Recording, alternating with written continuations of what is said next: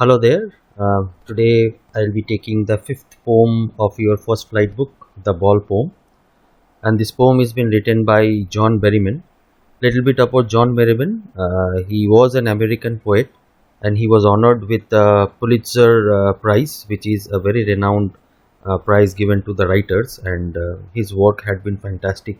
One of his special work is the Dream Song, in which there are around 385 poems which he has written together in the form of dream song. So this is little bit about the poet John Berryman, and John Berryman's this poem, the Ball Poem, is basically where John Berryman has described the reality of life which everyone has to face one day, and he has touched the topic of how to stand up against miseries and sorrows of life. In our life there is at some point, or there are at some point or the other, some kind of misery or sorrow that comes in our life, and how to overcome that situation.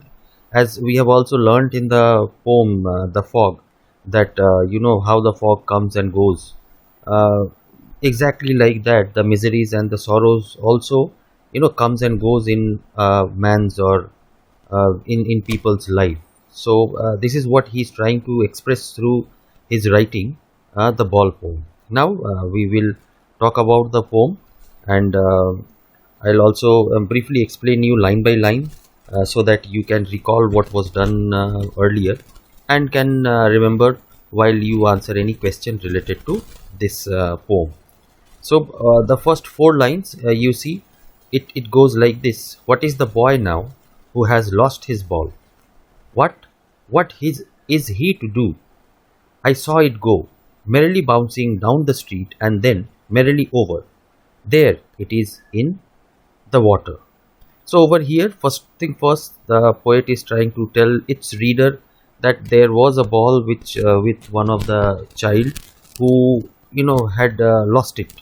How it lost it? It dropped from his hand, and the ball merrily bounced over the path and went into the harbor, or went into the nearby place.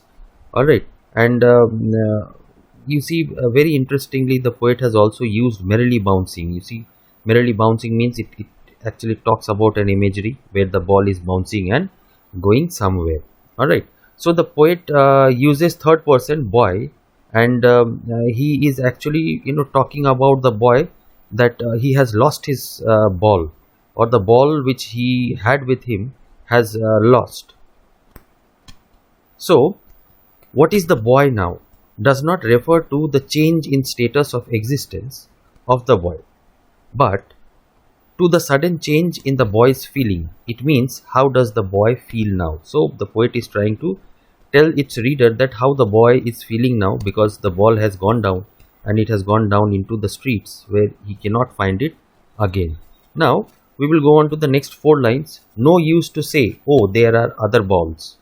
An ultimate shaking, grief fixes the boy as he stands rigid, trembling, staring down all his young days into the harbor where his ball went. I would not intrude on him. So over here the poet is trying to say that there was no point in explaining the boy that he had other balls as well. In line number 2 and 3 of the second part that I have read, you see, it clearly expresses the boy's sorrow on losing the ball. He stands rigid. Rigid, in other words, you can say motionless or stiff. The poet uses two contrasting words to convey the boy's affection. The boy, how he is affected, or how in his mind he cannot take it up that the ball which was there with him for such a long period of time, now it has gone down into the harbor and he has lost it. And then the poet is also trying to tell that the sorrow or the misery that is there in the heart and mind of the child through these lines. You see over here, his ball went, I would not intrude on him. The poet also says that there is no point going. Intrude means a person when enters a situation or a circumstance without being wanted to. So over here the poet says that he doesn't want to intrude because it is pointless. because at this point of time the boy is experiencing the loss. The boy is going through a very what you call acute pain in his mind, in his heart. That's something which he dearly loved it, which has gone, and then he's unable to find it, and then it has gone into the harbor, into the water, and then he is unable to find it, and he knows that he'll not get it back again. So therefore, you see, the poet over here very interestingly says that he would not intrude. He would not intrude means he would not unwantedly go into that situation or that emotion of the boy where he has lost the ball. So this is what is been explained in the next 5 lines which I just now read. And now next you see, this is very interesting. A dime, another ball is worthless. Now the poet also says that he can pay the money. Dime over here expresses the money, and it also expresses that the amount of money is not much. It can be easily given. A new ball can be bought and can be given to him, but then this new ball will be worthless in front of him. Why? Because the memories that were associated with the ball which he had lost, that memories won't come back with the new ball.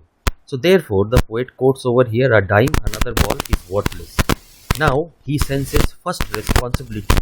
In a world of possession, people will take balls will be lost always, little boy.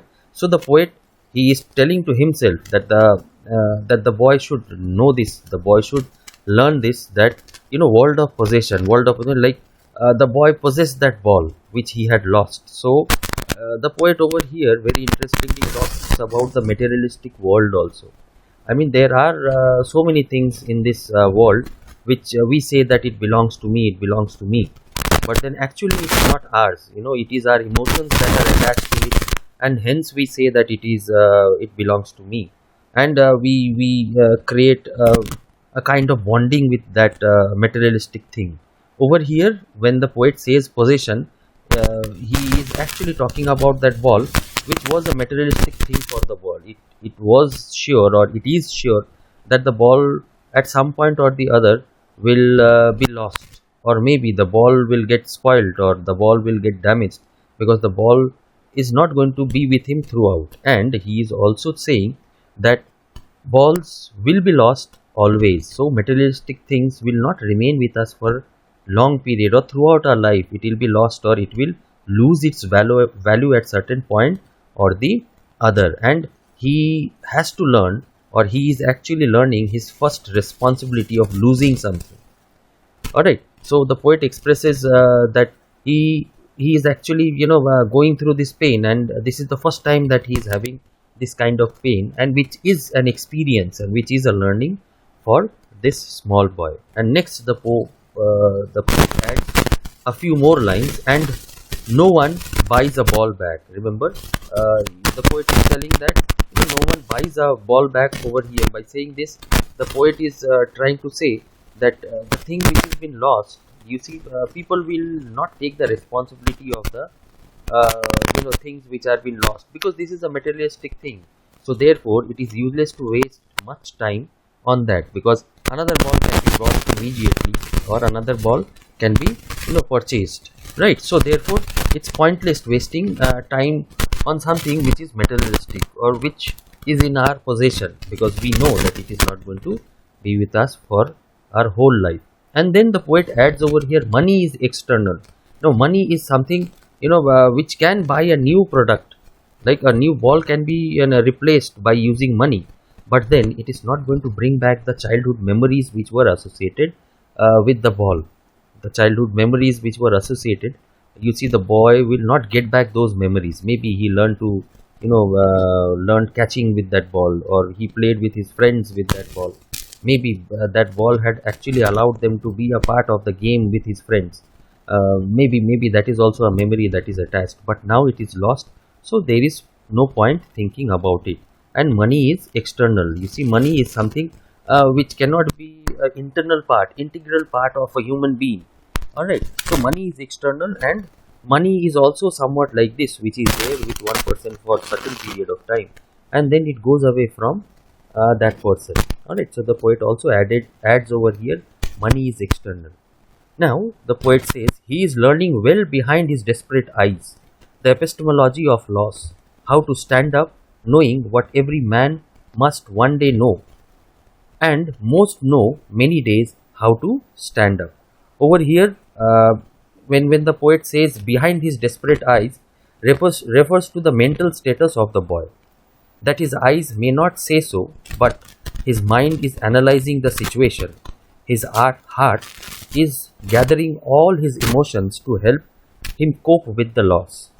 Okay, so here the poet is trying to tell how to cope with the loss. Epistemology means what? Knowledge of loss. And then next the poet says that the eyes are desperate, for they are frantically following, or say for example searching for the ball and what remains behind.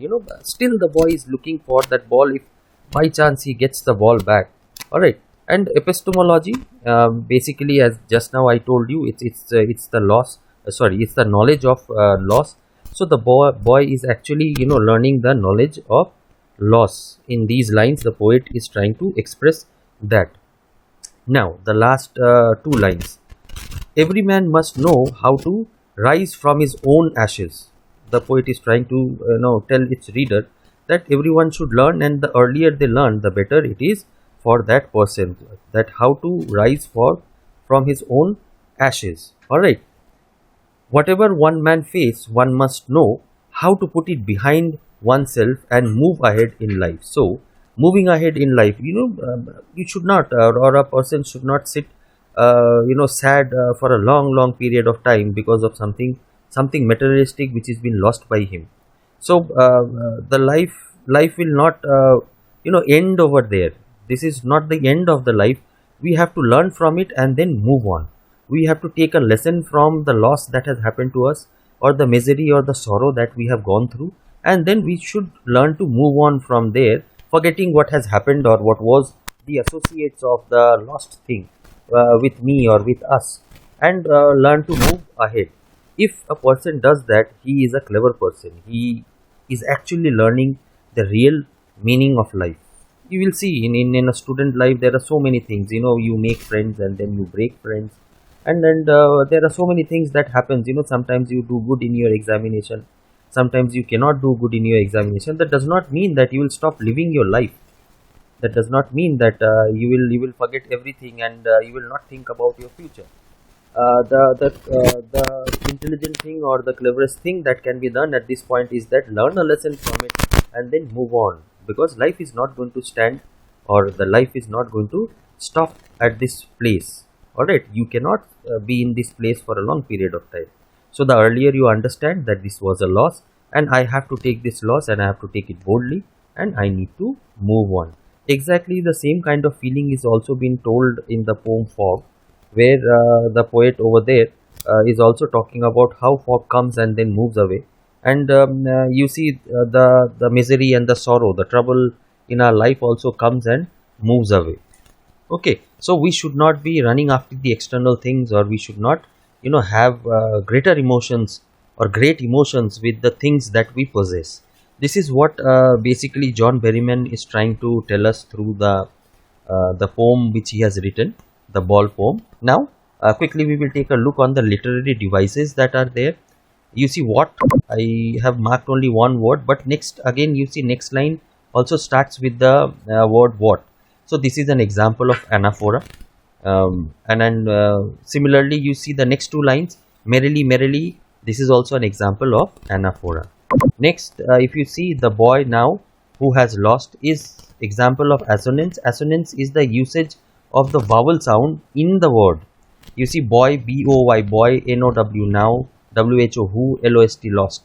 You check the sound of O, which is a vowel, it's similar. So these kind of usage of vowel in between sentence with different words in that same sentence is termed as to be assonance. So there is usage of assonance to emphasize you see the meaning of the poem.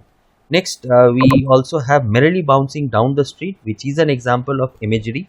While explaining I told you the moment you think about merrily bouncing or a ball bouncing, you will have an image of a ball actually bouncing. No matter, it can be a red ball for you, for someone it can be a white ball, for someone it can be a basketball, for someone it can be a what you call football. The image may be different, but then of course a bouncing image will be created, right? Next we have another literary device, which is ascendaton. Ascendaton is that figure of speech where you see you have a list, but then that list does not end with any conjunction.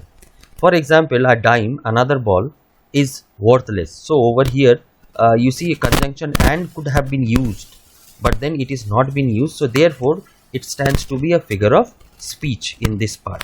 Alright, now in between that, if you see the word ball, where I have just now pointed out the word ball, the ball is been repeated throughout the poem. So this is a repetition. Remember, apart from ball there are other words also which are being repeated. Please find it out for yourself. Repetition is also there in this. If you check, there is usage of repetition also in the whole poem. Now over here you see buys a ball bag is an example of alliteration. Again you see assonance, consonance and alliteration are similar, but then the difference is this, that alliteration you see is the consonant sound in the beginning of the words in the same line. Assonance, I just now told you, it's the sound of the vowel which are there in the words in the same line, but alliteration is what consonant sound in the beginning of the words. For example, B, buys a ball bag, there also B, back also there is B. So it is depicting, or it is in the form of alliteration which is been used over here. So take a look, and I hope the explanation was understood by you. So therefore this is where I would end my explanation.